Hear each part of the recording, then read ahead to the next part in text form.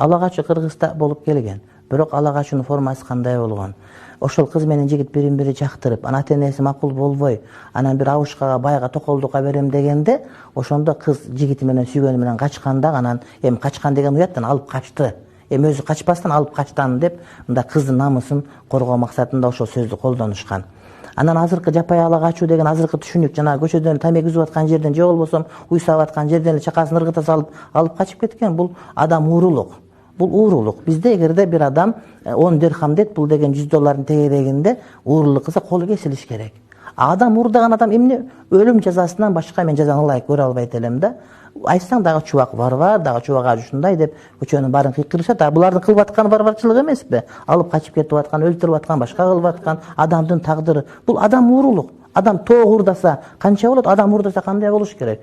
Бул ошол жанагы жапайычылык салт, бул салт эмес, бул жаман жорук.